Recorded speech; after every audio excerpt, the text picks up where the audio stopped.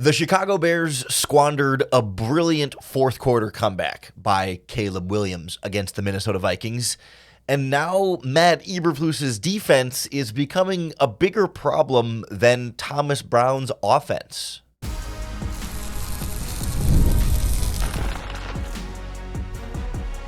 You are Locked On Bears, your daily Chicago Bears podcast. Part of the Locked On Podcast Network, your team every day. This is Locked On Bears, and I'm your host, Lauren Cox. I'm here to bring you your daily, in-depth Chicago Bears news and analysis. You can follow me on Twitter at CoxSports1. You can follow the podcast at Locked On Bears on TikTok, Instagram, Facebook, Twitter, and the Locked On Bears YouTube channel, where you can keep up with all of our video podcasts as well. Thanks for making Locked On Bears your first listen today. We're part of the Locked On Podcast Network, your team every day. Today's episode is brought to you by FanDuel Sportsbook. Right now, new customers can place a $5 bet, and you'll get started with $150 in bonus bets if you win that first $5 bet. Visit FanDuel.com to get started. On the show today, we look back over the Chicago Bears finding another new way to lose, this time in overtime, but giving us a heck of a football game to get that far. We'll focus on Caleb Williams' spectacular fourth quarter comeback that gave this team a chance to still win it when it felt like everyone was down and out. And we'll turn our attention to this Bears defense that felt way too soft, once again collapsing a bit here and leaving a lot of questions about how well Matt Eberflus is coaching that group. Gashed quite a bit against this Vikings offense. And then we'll even talk a little bit of Bears special teams, because there was some bad and then some good and then some bad and then some good, and played a big role in the final outcome of this game. But once again, the most important thing from this game is not that the Bears lost.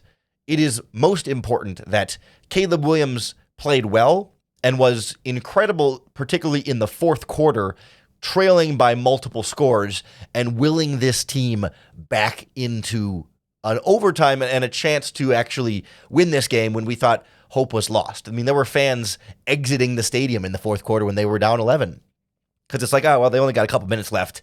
There's no way they can get two scores here. They'd have to score a touchdown, get an onside kick, then get back into field goal range and hit a field goal. There's no way this team can do that with how bad this Bears team has been this season. Let's get out of here. And lo and behold, they did exactly that. And so much of that was on the shoulders of Caleb Williams, an absolutely clutch fourth quarter performance. In the fourth quarter alone, he completed over 70% of his passes for 110 yards and 2 touchdowns. He was absolutely dialed in. I think the one that stand out the most to me was the last throw to set up the field goal, where he hits DJ Moore deep over the middle of the field, just over top of the underneath coverage, but in front of the deepest of the deep coverage there. Like, just brilliant next level layered throws there from Caleb Williams. With the pressure on in the most critical moments of the game, he has it. Whatever you want to describe that it factor as, he is clutch. Captain comeback, you name it, Caleb Williams has it. And to me, that's the most valuable thing about Caleb Williams. Caleb Williams gives you the most valuable asset for any quarterback in the NFL. That's that hope, right? It's that idea that as long as there's still time on the clock, he's going to give you a chance to stay in a football game. Even if you're down 11 late in the fourth quarter, he's one of those rare quarterbacks where you always feel like you have a shot. And there aren't a lot of guys in the NFL that we talk about in that way. And it's not as though Caleb Williams is right on that tier of quarterbacks with Patrick Mahomes and Josh Allen and Joe Burrow just yet. But he has the trait that those quarterbacks have, where, man, if he's got the ball in the fourth quarter, you feel like you're still in the game. As long as there's still time on that clock, you are still in the game when you have Caleb Williams under center. And that is what every team is looking for in any quarterback that they draft. And that's why you took Caleb Williams with the number 1 overall pick. Win or lose the outcome of this game, not as important as knowing that you have that quarterback that can get you to a tie game in overtime against all odds. And that's when you need your defense to hold up its end of the bargain. And against the Minnesota Vikings, they absolutely could not do that. We'll get into this Bears defense in a minute, but I want to mention too, not just the fourth quarter of throws from Caleb Williams, but even earlier in the game, he somehow threads the needle to Keenan Allen on that deep route towards the sideline in between. I don't know if it was Van Ginkel or whoever was fully outstretched trying to break it up, and just fingertips inches away from breaking up that pass. Instead, it's a 20-plus yard play to Keenan Allen. And then I think later in that same drive, you had that play where Caleb was under pressure, scrambles out of the pocket, and just kind of flicks it up deep. And you kind of wonder he's just kind of throwing it away. And somehow DeAndre Swift runs under it and catches it at the sideline and sets up another scoring drive. Like, that was incredible quarterbacking from Caleb Williams, not just in the fourth quarter, but at moments throughout this game. It was far from a perfect performance. He had a couple of passes that probably could have or should have been intercepted that defenders just weren't able to haul in. He missed Keenan Allen on a 4th and 4, I think it was, that he just overthrew him there. And there was a play, certainly in overtime, that sack that he took was pretty much all his fault and a bad decision in a bad moment there. He's still a rookie quarterback and he's still learning stuff, but to be able to do the kind of throws he made in this game, like, we have not seen Bears quarterbacks ever make the kind of plays that Caleb Williams did in this game. And I'll give some credit to certainly new offensive coordinator Thomas Brown for running a system and calling plays here that are helping Caleb Williams, but also more generally, I thought the offensive line did a pretty decent job picking up the Minnesota Vikings blitz. Yeah, Caleb Williams was under pressure some in this game, a lot less than last week and in previous games, though. And yeah, he got sacked a few times, but I think I certainly was expecting Brian Flores would send the house at Caleb Williams over and over again. The Bears would not have any answers to be able to pick it up properly, and generally they did a good job. None of the 3 sacks of Caleb Williams came on plays where the Vikings blitzed a bunch of extra defenders. They picked it up pretty well, and Caleb Williams had great numbers against the blitz, 15 of 20 for 189 yards and a touchdown. That's 9.5 yards per attempt and a passer rating of 120.6, according to Pro Football Focus's initial numbers there. Like, he was phenomenal, and the blitzing wasn't disrupting the Bears offense nearly as much as I certainly thought it would, based on how we've seen this Bears offensive line struggle. Now, that being said, the Bears still couldn't run the ball in this game. DeAndre Swift had 13 carries for 30 yards. That's a 2.3 yards per carry average. Caleb Williams was your leading rusher with 33 yards. As a team, they had 78 yards and 3.5 yards per carry. That's not good.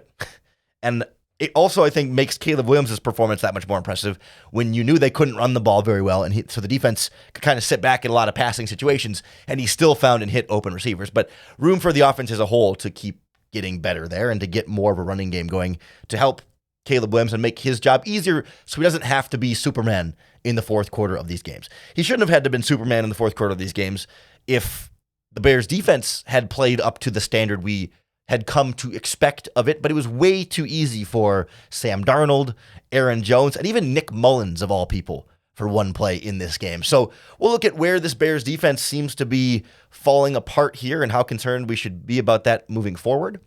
Next on Locked On Bears. This episode of Locked On Bears is brought to you by Hillsdale College. Hillsdale College is offering more than 40 free online courses. That's right, totally free for you to be able to continue your education at a higher level. I love being able to pique my curiosity and be a lifelong learner. And it's not like when you're in school where you feel you're forced to go to class, you don't really want to be there. Like, this is you making the choice for your own interests. They have cool history classes like the rise and fall of the Roman Republic. They've got classical music course, they've got math and science courses, a new documentary style courses, and a bunch of other options that are all self-paced. So you can start whenever you want and tune in wherever you are, and you can go deeper with readings and quizzes, or you can just enjoy the lectures and the learning. Just go right now to hillsdale.edu/lockedon to enroll. There's no cost, and it's easy to get started. Hillsdale, HILLSDALE.edu/lockedon to register. Hillsdale.edu/lockedon. Locked On Bears podcast is also brought to you by PrizePicks. They're a better way to play daily fantasy sports because PrizePicks puts you in complete control. I love playing on PrizePicks. It's more fun because I'm not submitting my lineup against 500 other people's lineups, and I only win if I get first or second place. With PrizePicks, it's just me versus the projections available. And if you get your picks right on at least 2 players, you can win up to 100 times your money. They're giving away a free prize pick for the Thanksgiving games, Tyreek Hill only needs to receive 0.5 receiving yards for the projections to hit. So if you can get at least one more stat projection right, you can win real cash. Download the PrizePicks app today and use our promo code LOCKEDONNFL to get $50 instantly after you play your first $5 lineup. Even if your first $5 lineup is wrong, that doesn't matter. They're still going to give you $50 instantly when you use our promo code LOCKEDONNFL at PrizePicks. Run your game. This Bears defense had been the reliable side of the ball pretty much all season. And we spent weeks and now months talking about when is this Bears offense going to catch up. If the Bears could just get an average offensive performance out of that side of the ball, the defense has been doing more than enough for them to be able to win some of these games.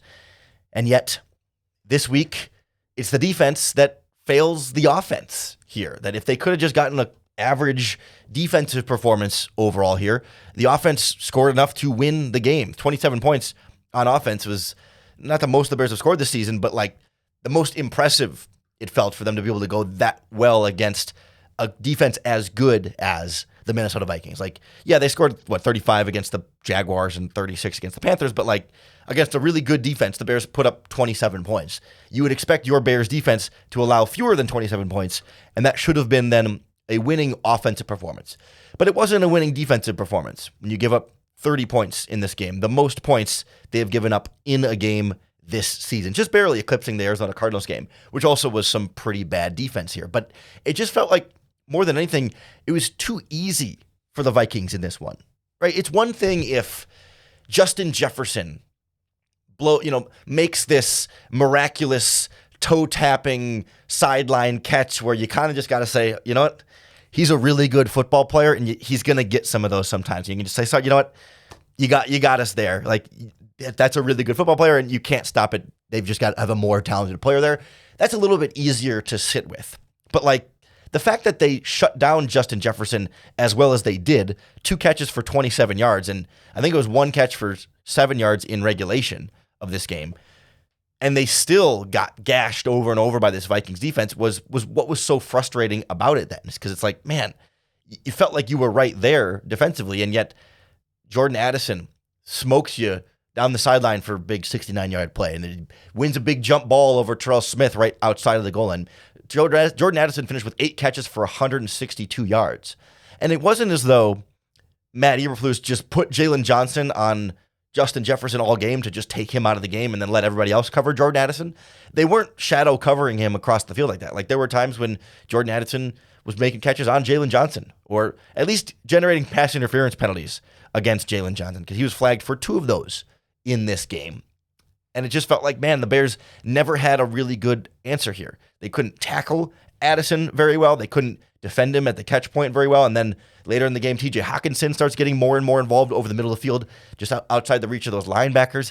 And they just seem to be able to march their way down the field pretty easily, especially in overtime.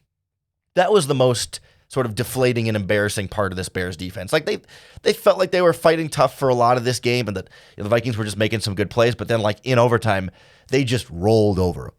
For all the momentum and energy that this Bears team had, and you even start overtime with the sack from Montez Sweat, and you're like, all right, they've got the juice, and then nothing else. Just absolutely nothing else. Way, way too easy for Sam Darnold. And it was so many of those, like, 3rd and 10, 3rd and 12, 3rd and 16, 1st and 20, that the Vikings continually found ways to convert, right? They were just these big chunk plays where guys are either out of position or aren't tackling very well or whatever it was. It was a problem across the board. It never felt like it was the exact same issue each and every time. And the fact that Sam Darnold gets hurt and Nick Mullins comes in on, I think, a 3rd and 13, I think, on his throw, and 3rd and 13, and he gets 14 yards by just dumping it down to Aaron Jones, and he creates all these extra yards after catch. It's so frustrating. Like, it's not like it was some beautiful, perfect pinpoint throw where you just got to say, wow, that's a great throw. He got us on that one. It's like, no, just dump it off here, and no one will tackle him for 14 yards and move the chains. It's just stuff like that is so frustrating. And I think what really encapsulates this defensive performance is that the Bears' leading tackler on the day was Kevin Byard. Anytime your free safety, or either of your safeties really, but especially more of your deeper safety, is the leading tackler, that means the ball is getting pretty far downfield before it's actually the ball carrier is actually being tackled, right? You want it to be linebackers attacking downhill, or I don't know if you really see defensive linemen leading in tackles, but linebackers attacking downhill, leading the way in tackling it. And certainly Edwards and Edmonds were tied for the second most tackles on the team. But still, the fact that Kevin Byard has 13 by himself shows you how well the Vikings were able to move the ball up the field. And really, it started on that first drive with Aaron Jones running all over them. Credit to Jonathan Owens for a great strip sack at the goal line to keep the Vikings out of the end zone. That was maybe the biggest individual defensive play of the game in terms of the only turnover they generated and a big touchdown saving type of play.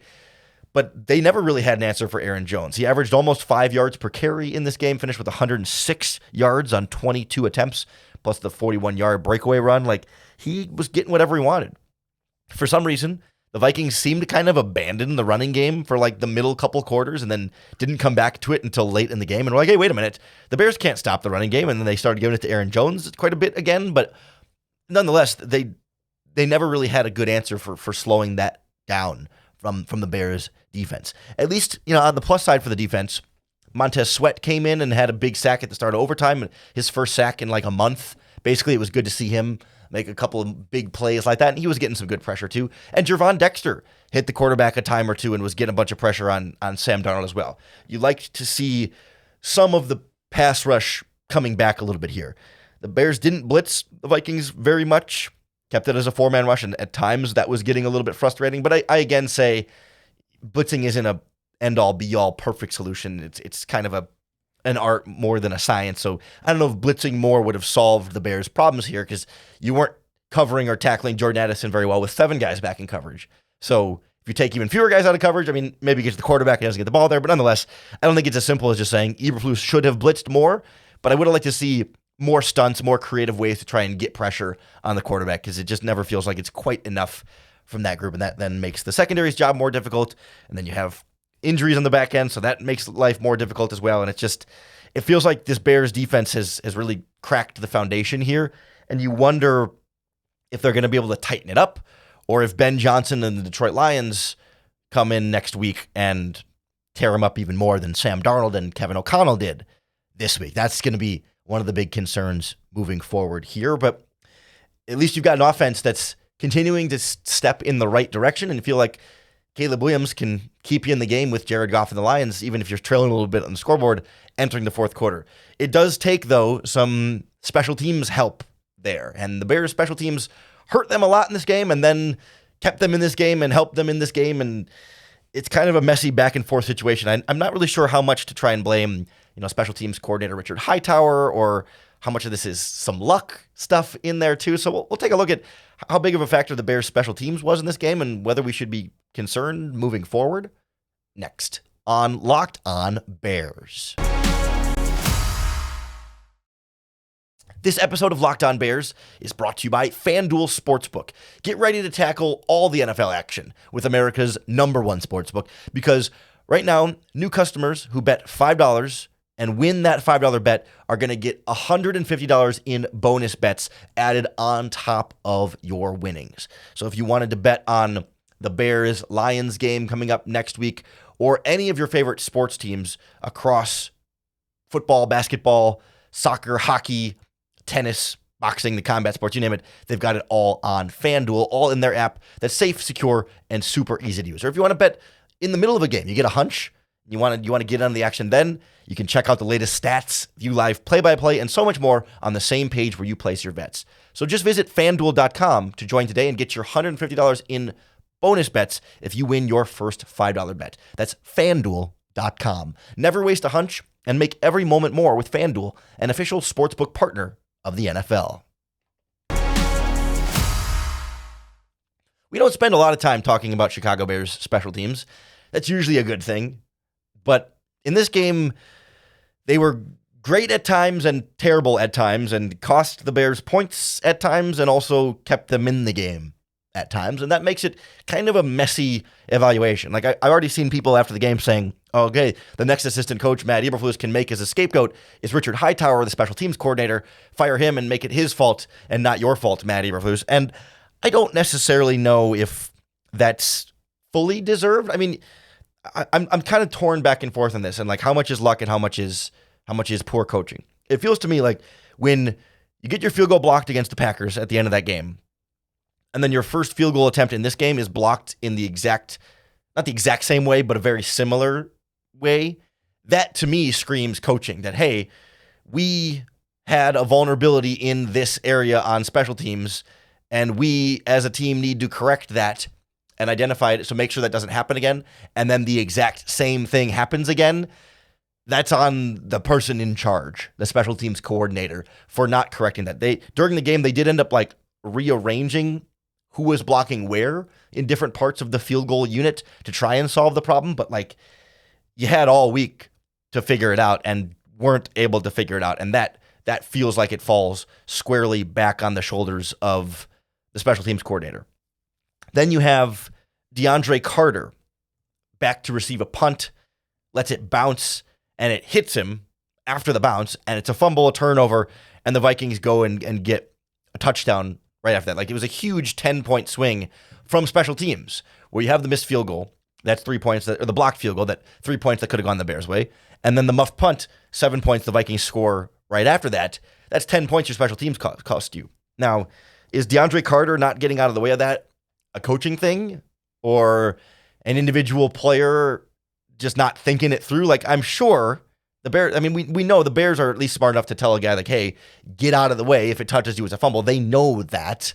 So is he ignoring what he was told, or just not thinking about it, or whatever it is? Like, I don't know that a different special teams coordinator does a much better job of preventing that. Like, that's kind of an individual player making a dumb mistake there, as opposed to a systemic coaching issue that's like a lingering thing from week to week. Like, that feels like more of an isolated DeAndre Carter incident than like specifically a Richard Hightower coaching issue there. Because then on the flip side, DeAndre Carter has a huge kickoff return that gave the Bears excellent field position. I think it was a 55-yard kickoff return with 2 minutes left in the game. So Caleb Williams only had to go 40 yards instead of, 80 yards to drive down for that score to even stay in the game. Like, Carter redeemed himself on that play, and also from a coaching standpoint, like, blocking that up properly signals a kickoff return unit that was well coached in that moment and on that play to block it up nicely. And of course, Carter makes guys miss and does some individual stuff too, but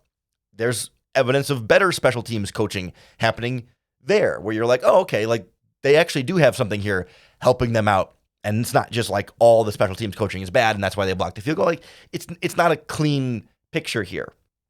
And then, of course, maybe the most important play, the onside kick converts.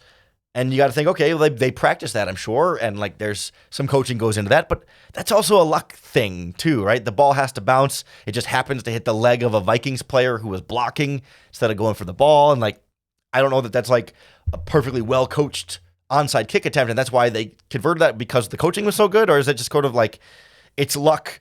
Cairo Santos spins the ball and hopes, and the luck happened to literally bounce the Bears' way there. So like, that's, which was great, and they needed it, and they had been, I mean, it feels like something had to give and help them out in some way, shape, or form. Everything couldn't keep going against them. Of course, it still does in overtime, but nonetheless, I don't know that the onside kick is something that Hightower can say, yes, we coached him to spin the ball in that perfect way and have it bounce and hit the Vikings player. Like, I think that's a little bit more, like, he doesn't get credit for that. And I don't think he deserves as much blame for the muff either. So that's where it's, again, a tricky thing here. I think we all don't know enough about special teams collectively to make big, broad, sweeping judgments on whether Hightower was doing a bad job or a good job based on how they did in this game. Although you could point to it and say, it looked like there were a few punts that could have been blocked, were almost blocked. Like, protection issues seem to be a thing across the board, and that's not a good reflection of Hightower. But we've seen the Bears special teams do some good things lately in general, so it's a little bit hard to parse out there. I think Torrey Taylor was out kicking his coverage a little bit on a couple of those plays, which feels like a good problem to have, but also then just, I don't know, give me some more hang time then, a little less distance, so the coverage can get down there. I don't know, it just feels like it's another new way for the Bears to find ways to mess up, right? It's another thing that can go wrong. Like, I think about it, like, because I just bought a car recently, and I would think about like all the new like bells and whistles that come on vehicles, and I know my dad's always like, yeah, those are all another thing that can go wrong. That's another expensive repair if you have all those things on there, and like that feature gives out, okay, well, that's as opposed to a more bare bones car that, doesn't have as much as many nice features or whatever, but then those things can't go wrong, and it's just going to be a little more reliable. Like, special teams feels like another one of those features where it's like the Bears have another one of these things that oh, well, that's going wrong now too, because of course, every little thing that can go wrong does go wrong when it comes to this team. And so I don't know where to assign too much of the blame there on special teams and whether or not, the special teams coordinator should get thrown under the bus for all of it, because I think he did some good and some bad. And certainly they're not going to make a coaching change as a result of that. I certainly don't think that's going to be the case here.